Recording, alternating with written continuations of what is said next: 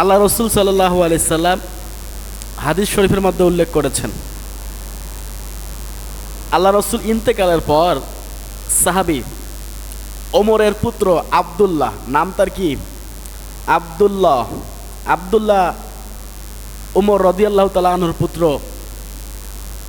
তিনি তখন দেশের প্রেসিডেন্ট, তখন দেশের কি তিনি প্রেসিডেন্ট,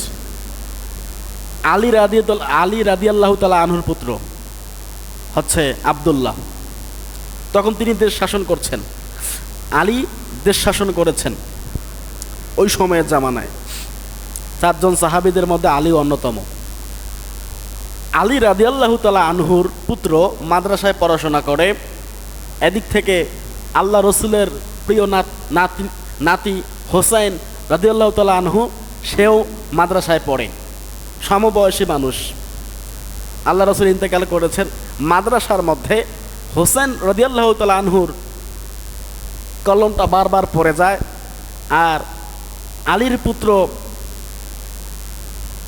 আবদুল্লাহকে বলছে আমার কলমটা তুলে দাও।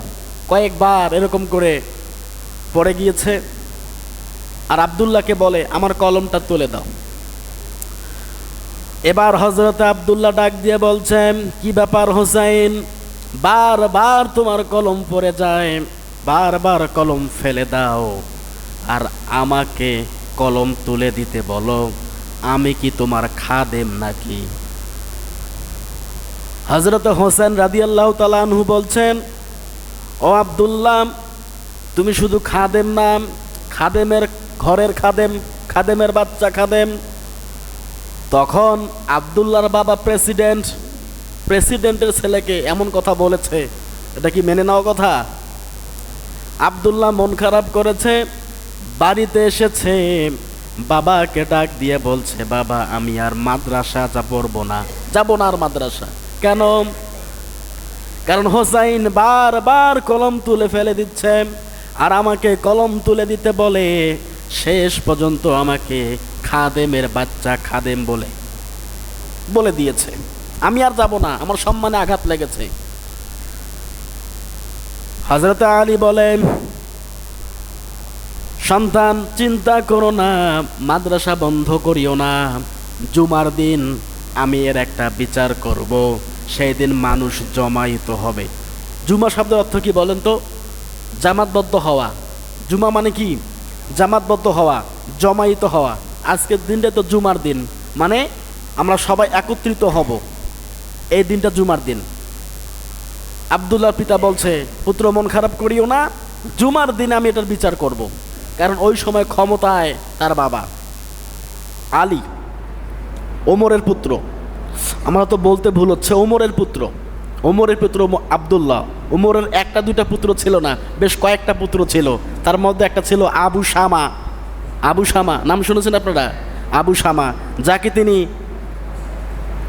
বেতের আঘাত করতে করতে দুনিয়ার জমিন থেকে বিদায় করে দিয়েছিল, সে আবু শামা।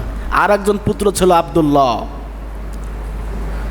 ওমর বলছে, মন খারাপ করিও না, জুমার দিনে আমি বিচার করব। জুমার নামাজের দিন চলে আসলো, এই দিক থেকে পুত্রকে ডাক দিচ্ছে, আবদুল্লাহ এদিক আসো, হোসাইন এইদিক আসো। কোথায়? হোসেন সামনে চলে এসেছে। হোসেনকে ডাক দিয়ে বলছে লক্ষ লক্ষ মানুষের সামনে, হোসাইন, আমার পুত্র আবদুল্লাহকে তুমি গালি দিয়েছ, তুমি বলেছ খাদেমের বাচ্চা খাদেম, এটা কি সত্যি? হযরত হোসাইন বলে, প্রেসিডেন্ট, হ্যাঁ আমি এইটা বলেছি। হযরত ওমর বলে, কেন বলেছ? আল্লাহর নবীর প্রিয় নাতি হোসেন রাদিয়াল্লাহু তাআলা আনহু বলছেন, ও প্রেসিডেন্ট ওমর, বুকে হাত রেখে বলেন, আপনি কি আমার নানাজির খাদেম ছিলেন না? আপনি কি আমার নানার খাদেম ছিলেন না? বলি সুবহানাল্লাহ। ওমর রাদিয়াল্লাহু তাআলা আনহু রসুলের খাদেম ছিলেন না? সাহাবী ছিলেন না? তারা সব সময় রসুলের দেখভাল করতেন, রসুলকে জীবন দিয়ে আগলে রাখতেন। আলী, ওমর, আবু বকর সিদ্দিক, অনেক সাহাবী এরকম ছিল। প্রেসিডেন্টের মুখ থেকে কথা বন্ধ হয়ে গিয়েছে, চোখ দিয়ে দর দর করে পানি পড়ছে। হযরত ওমর রাদিয়াল্লাহু তাআলা আনহু বলছে, হোসাইন, তুমি কি এই কথাটা লিখে দিতে পারবা? হযরত হুসাইন রাদিয়াল্লাহু তাআলা আনহু বলছেন, যান কাগজ নিয়ে আসেন, কলম নিয়ে আসেন, লিখে দিতে পারবো। আপনি আমার নানাজির খাদেম ছিলেন, ইতি হুসাইন ইবনে আলী। আমি আলীর পুত্র হোসেন বলছি, আপনি আমার নবীজির খাদেম ছিলেন, আমার নানাজির খাদেম ছিলেন। ওমর রাদিয়াল্লাহু তাআলা আনহুর কথা বন্ধ হয়ে গেছে। আব্দুল্লাহ ডাক দিয়ে বলছে, বাবা কি ব্যাপার, বিচার কেন করছো না? হযরত ওমর বলে, বাবা বিচার তো হয়ে গেছে, ছোট মানুষ বোঝে না, বিচার তো শুরুই করলে না, আবার শেষ হলো কেমনে? হযরত ওমর রাদিয়াল্লাহু তাআলা আনহু বলে, সন্তান এমন বিচার করেছি দুনিয়ার জমিন শুধু নয়, কিয়ামতের ময়দানেও কাজে লাগবে। ও আমার পুত্র আব্দুল্লাহ, হুসাইন লিখে দিয়েছে, উটের চামড়ার মধ্যে, খেজুর গাছের বাকলের মধ্যে লিখে দিয়েছে, আমি নাকি মুহাম্মদুর রাসূলুল্লাহর খাদেম ছিলাম।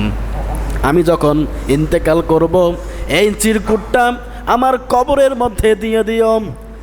যদি আল্লাহ পাক রব্বুল আলামিন আমার জীবনের কোনো আমল কবুল না করে, আমার পাপগুলোর দিকে তাকায়, সমস্ত পাপগুলোর দিকে যখন আমার রব আমার দিকে তাকাবে, এই চিরকুটটা বের করে দিয়ে রব্বুল আলামিনকে দেখাবো, রব্বুল আলামিন আমি দুনিয়াতে পাপ কাজ করেছি, অন্যায় কাজ করেছি, কিন্তু আল্লাহর নবীর নাতি লিখে দিয়েছেন, সাক্ষী দিয়েছেন আমি মুহাম্মদ রাসূলুল্লাহর খাদেম ছিলাম, অন্তত এটার ওসিলায় পার আমি পেয়ে যাব, বলে আল্লাহু আকবার।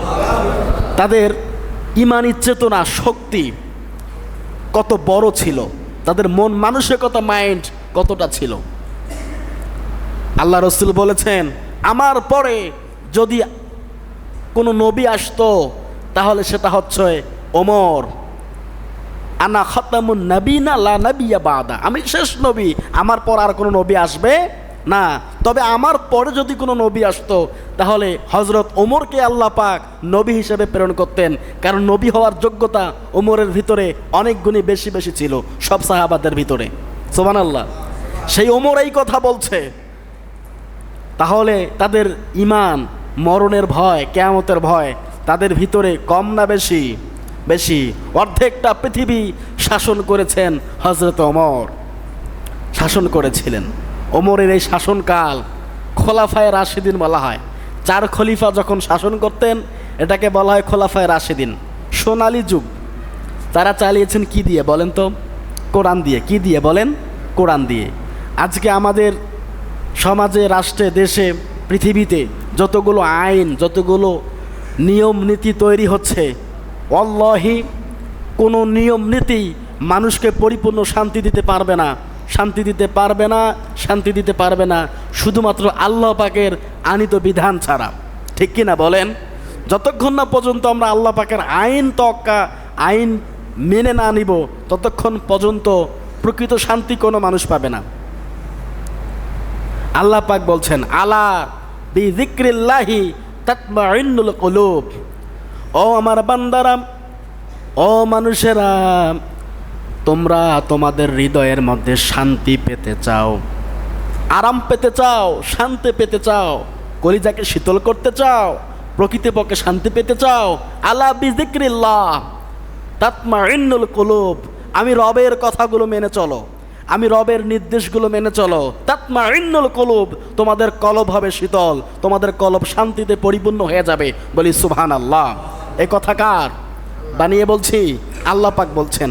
তা আল্লাহ পাকে স্পষ্ট বলে দিচ্ছেন, আল্লাহ পাকের জিকির ছাড়া, আল্লাহ পাকের আইন, আল্লাহ পাকের বিধান ছাড়া একটা মানুষ কখনো পরিপূর্ণ শান্তি লাভ করতে পারে না।